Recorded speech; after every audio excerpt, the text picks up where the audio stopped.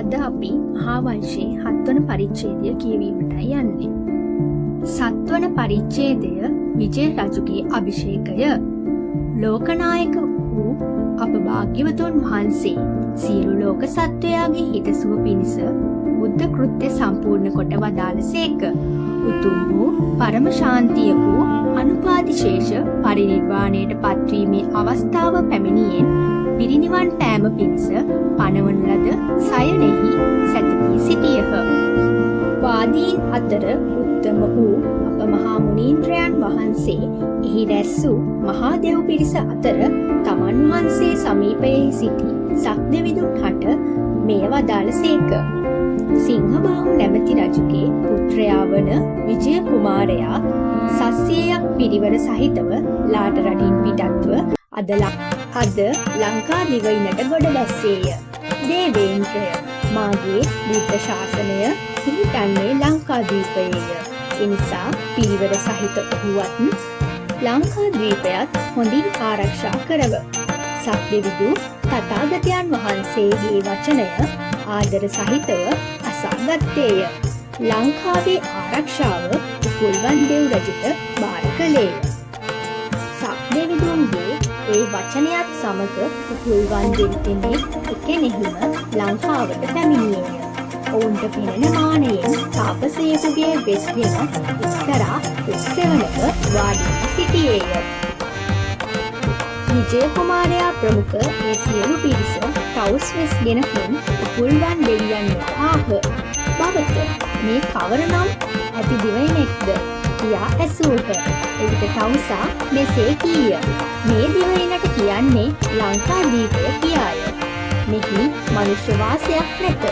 ඔබට බයක් ඇති නොවන්නේ කියා පැන් කෙන්ඩියගෙන ඔවුන්ට පිරිත් පැන් ඉස්සේය. ඔවුන්ගේ අත්වල පිරිත් නූල්ද බැඳ අහසින් පිටත්ව ගියේය. එකල්හි කුවේනියගේ දාසියක වන සීසපාති නැමැති යකින්න පැටවුන් වැදූ බැල්ලියකගේ වෙස්ගෙන ඔවුන් ඉදිරියේ පෙනී සිටියාය. එතැන සිටි අයෙකු ඒ බැල්ලිය පසුපසින් යන්නට සූදානම් වූ කල්හි විජයරාජ පුත්‍රයා ඔහුව වැළැක්වීය. නමුත් ගමක් තිබුණෝතින් නොව බල්ලන් ඉන්නේ කියා ඔහු ඒ බැල්ලියගේ පසුපසින් ගියේය. ඇයගේ ස්වාමිදියණිය කුවේණී නැමැති යකින්නියකි. කුවේණිය කපුකටින තාපසියකගේ වෙස්ගෙන රුක් සෙවණක වාඩි වී උන්නාය.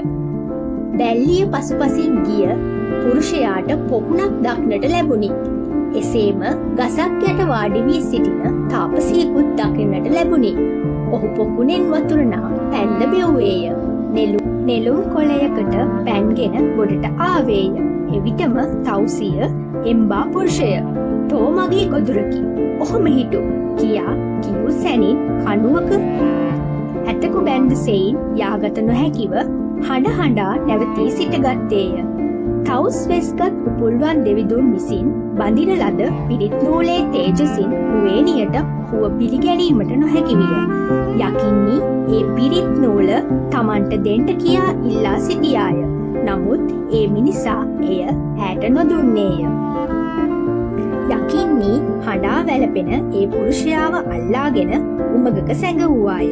මෙලෙස එක් එක්කෙනා බැගින් එතනට ආ 700 දෙනාවම උමගෙහි සැඟවුවාය.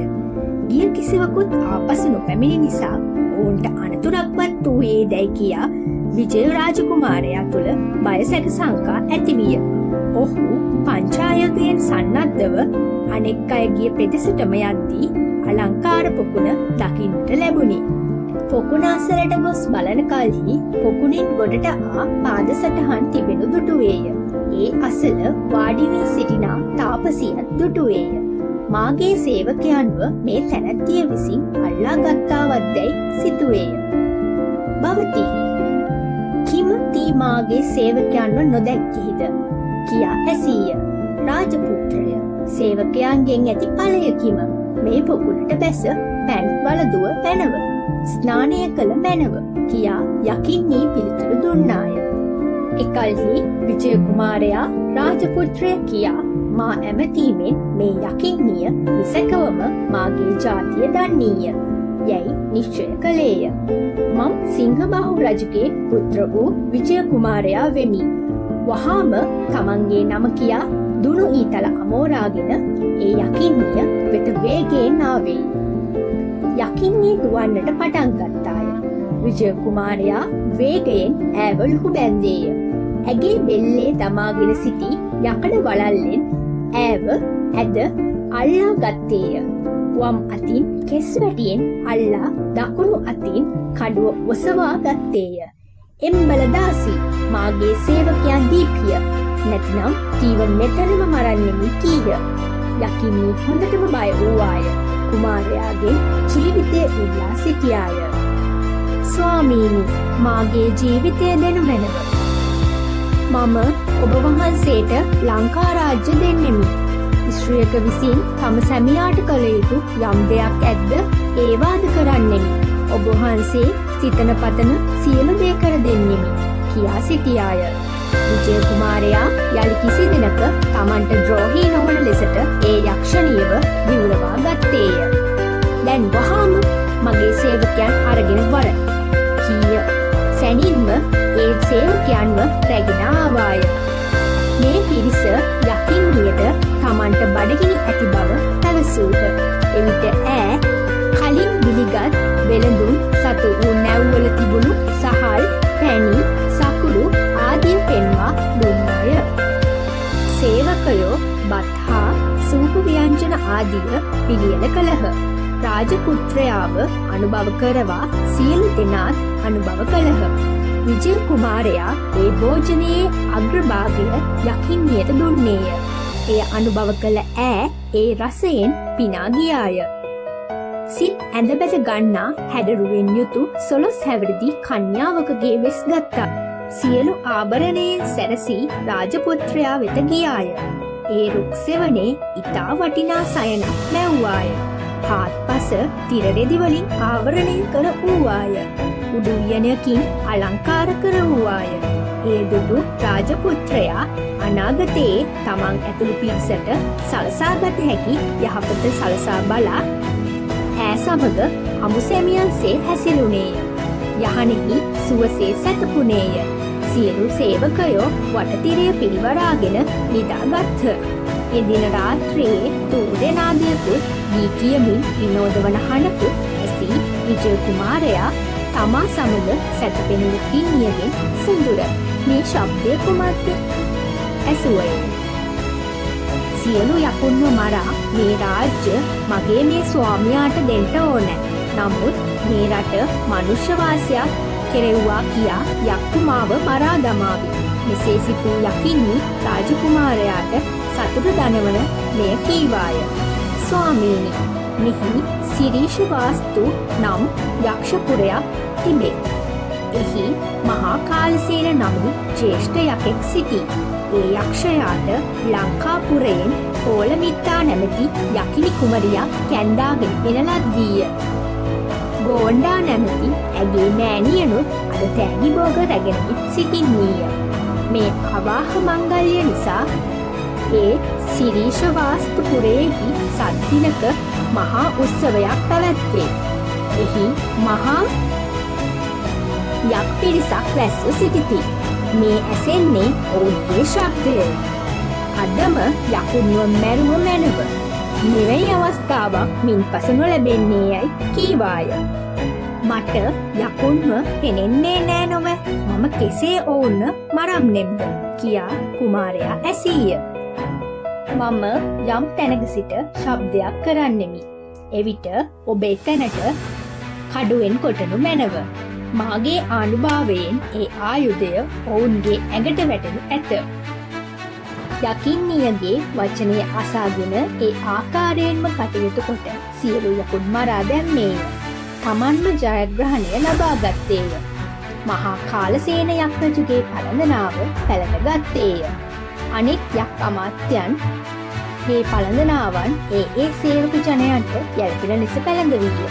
සිරීෂවත්තු නැමැති ඒ යක්පුරයෙහි දීප දිනක් වාසය කොට තම්බපන්නියට පැමිණියේය. විජය කුමාරයා ඒ ප්‍රදේශයෙහි තම්බපන්නි නමින් නුවරක් කරවීය. තමන්ගේ අමාත්‍යවරුන් පිරිවරාගෙන යහිමිය සමග වාසය කළේය. එදින විජය ප්‍රමුඛ පිරිස නැවෙන් පැමිණ බිමට ගොඩබට සතු එයින්ට අධික වේග හේතුවෙන් ක්ලාන්තය ඇති වී අත්වලී වේදියට බර වී වාඩි වීය. තඹ පැහැගත් බිමෙහි ඉදූ විල්ලෙන් ඔවුන්ගේ අතුල් තඹ පැහැගත්තේය. එම නිසා ඒ ප්‍රදේශයත් ඒ දිවයිනත් තම්බපන්නි යන නාමයෙන් හැඳින්වුණි.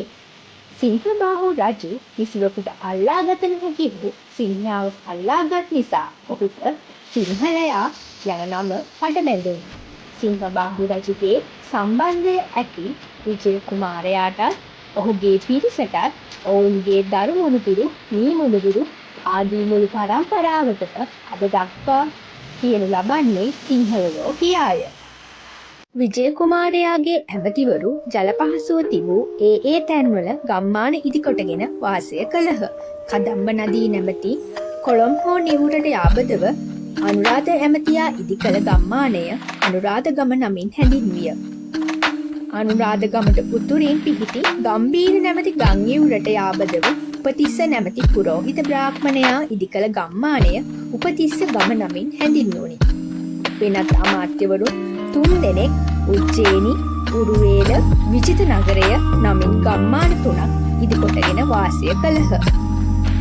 අලුත් ජනපදවල ජනයා වාසය කරන්නට සලස්වා ඒ සියලු ඇමතිවරු විජය කුමාරයා සමීපයට රැස්ව ස්වාමීනි රාජ්‍යයෙහි අභිෂේකය ලබනු මැනවයි දිහා සිටියහ. විජයරාජ පුත්‍රයා රාජාභිෂේකය ලබන්නට කැමති නොවීය. ශාස්ත්‍රීය චාරිත්‍ර අනුව රාජාභිෂේකයේදී රජ සමග මෙහෙසියකුත් අභිෂේක ලබන්නීය. මෙහි ශාස්ත්‍රීය රාජ කන්‍යාවක් නොමැතිය ඒ කරන්නට නොහැකි නිසාය අකමැති වූයේ. ඉක්බිති ඒ අමාත්‍යවරු තමන්ගේ ස්වාමියාගේ අභිෂේකය පිළිබඳව ආදර සහිත වූහ.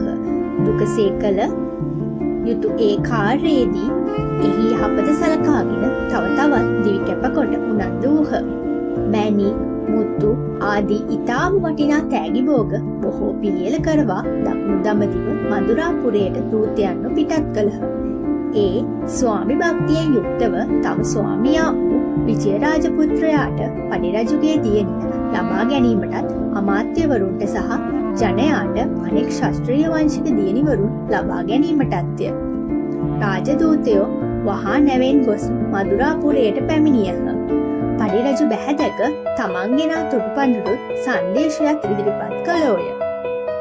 ඒ ආසා පඩිරජු ඇමතිවරුන් කැඳවා මේ පිළිබඳව සාකච්ඡා කළේය.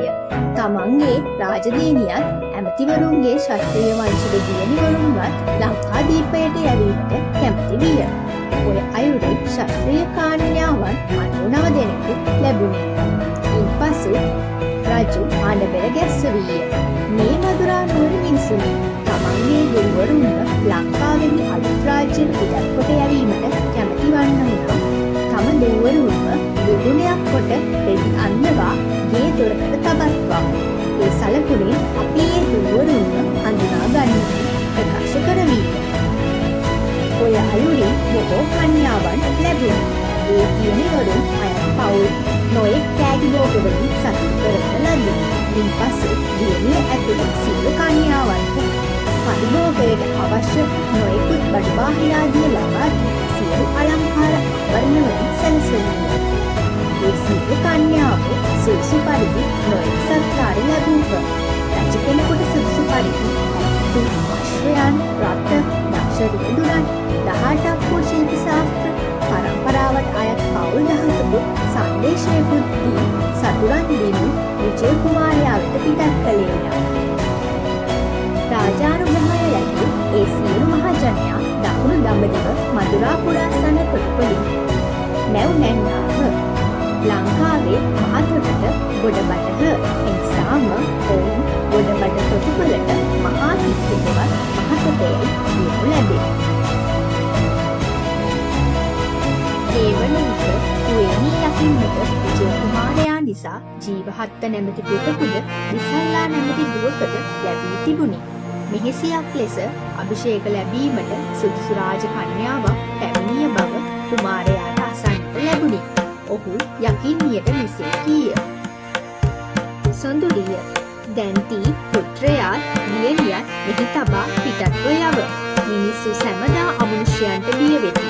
විජය කුමාරයාගේ ඒ කතාව අසා යකුන්ගෙන් තමාට සිදුවිය හැකි අනතුරු ගැන කුවේණි යකින්නි බයට පත් වූවාය. එවිට විජය කුමාරයා ඒ ගැන ඔතරම් සිතන්ට එපා. මම තිට බලිදහසක් ලැබෙන්ට සලස්වන්නෙමි කීය. යකින්නි නැවත නැවතත් ඉල්ලා දරු දෙදෙනා තමන් ළඟට ගත්තාය. ඈ හොඳටම බියට පත්ව සිටියද වෙන යන්ට තැනක් නොමැති නිසා ඈ කලින් සිටි ලංකාපුර නැමැති යක්ෂ ජනපදයටම ගියාය. දරුවන් දෙදෙනා ලංකාපුරයෙන් පිටත තැනක වාඩි කරවා ඈ තනියම යක්පුරයට ඇතුල් වූවාය. එවිට යක්ෂයෝ ඈ ඔත්තු බලාගෙන යන්ට සොරෙන් ආයේ සිතා හොඳටම බය වූහ. ලංකාපුරයෙහි යක්ෂයෝ කැළඹී ගියෝය. එක්තරා දරුණු යක්ෂයෙක් එක් පැහැර ගැසූ අතුල් පහරකින් යකින්නිය මරා දැම්මේය.